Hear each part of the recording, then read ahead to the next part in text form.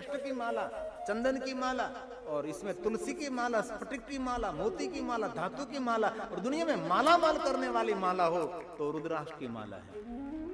तो राम का मंत्र हो, कृष्ण का मंत्र हो, कोई भी देवी देवताओं का मंत्र रुद्राक्ष की माला से कर सकते हैं। ऐसा नहीं कहा कि शिव जी का मंत्र हो तो ही रुद्राक्ष की माला से मंत्र, नहीं नहीं नहीं, ऐसा है ही नहीं। कहीं लोग दुनिया को भ्रमित कर रहे हैं।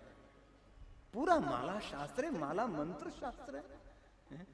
आप कोई सामान्य माला से जाप करो तो मंत्र समान फल देने वाला है, लेकिन वही मंत्र राम कृष्ण माता जी कोई भी का मंत्र हो तो रुद्राक्ष की माला से करो तो मंत्र कोटि गुना फल देता है। और दूसरी बात याद रखने जैसी, एक माला पहनो, दूसरी माला से जाप करो तो 10 कोटि गुना फल मिलता है। जिस माला से जाप करते हैं ये माला पहनने नहीं चाहिए, जो पहनते हैं उससे जाप नहीं करना चाहिए, इसलिए पहनने वाली अलग रहती है। 10 कोटि गुणम पुण्यम।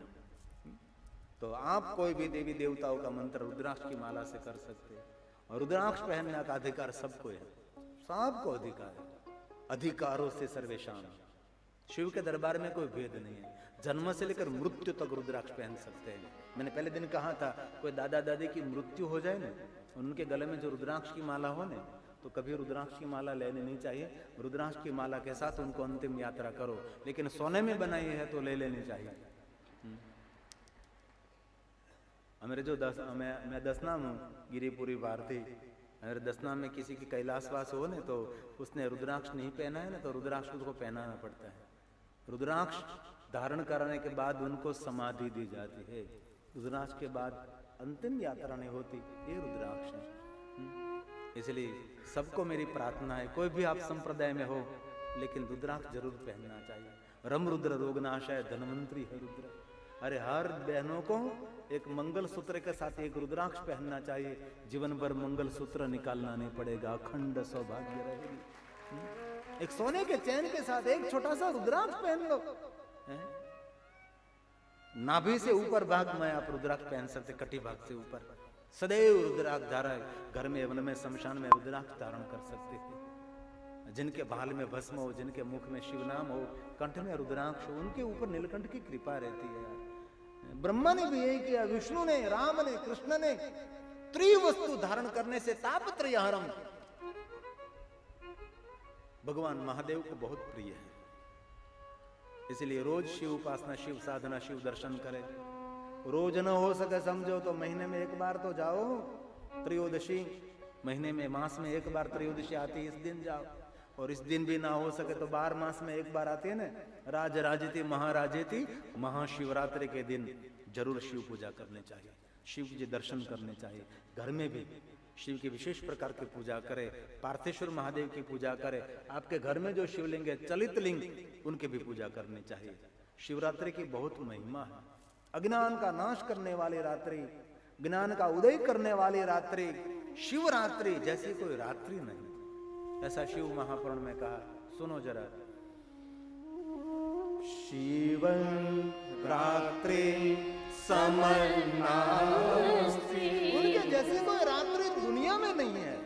व्रतों में श्रेष्ठ व्रत कोई हो तो महाशिवरात्रि का व्रत हो। आपसे सभी व्रत न हो सके, शिवरात्रि का व्रत करो। और शिवरात्रि का भी व्रत न हो सके तो एक कथा व्रत करो। ये 9 दिन का कथा व्रत है ना, इसलिए जो कथा सुनते हैं ना उनको कथा व्रती कहा है। ये कथा सुनने से सभी व्रतों का फल मिलता है ना, उनको कथा व्रती कहा है।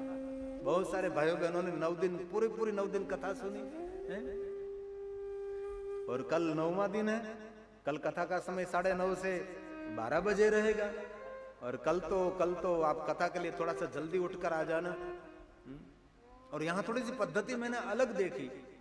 और सभी गांवों में क्या होता है कि कथा 3 बजे प्रारंभ होती है, तो लोग को 2 बजे के बाद आ जाते हैं। अच्छी जगह के लिए 1 बजे आ जाते हैं, लेकिन यहाँ 3 बजे कथा प्रारंभ होती है। कोई 3:30 बजे, कोई 4 बजे, कोई 5 बजे, कोई 6 बजे, कभी जो आ रहे हैं, कोई लोग तो अभी भी आ रहे हैं। ये कोई परंपरा नहीं है। 3 घंटे का व्रत है, ये साधना उपासना है, ये खुली आंखों के द्वारा भगवान का दिन। कथा कोई सामान्य वस्तु नहीं है, ये सबको नहीं मिलती। संत दर्शन, हरि कथा, तुलसी का जो प्रसाद है, संत समागम हरि कथा। तुलसी ने गाया, तुलसी दुर्लभ सुत दारा अरु वो तो पापी के घर भी इसलिए सत्संग प्रथम भगति संतन कर संगा, धन्य वे साधु संगति, बेनी भागेरे मिलो मने साधु पुरुष नो संग।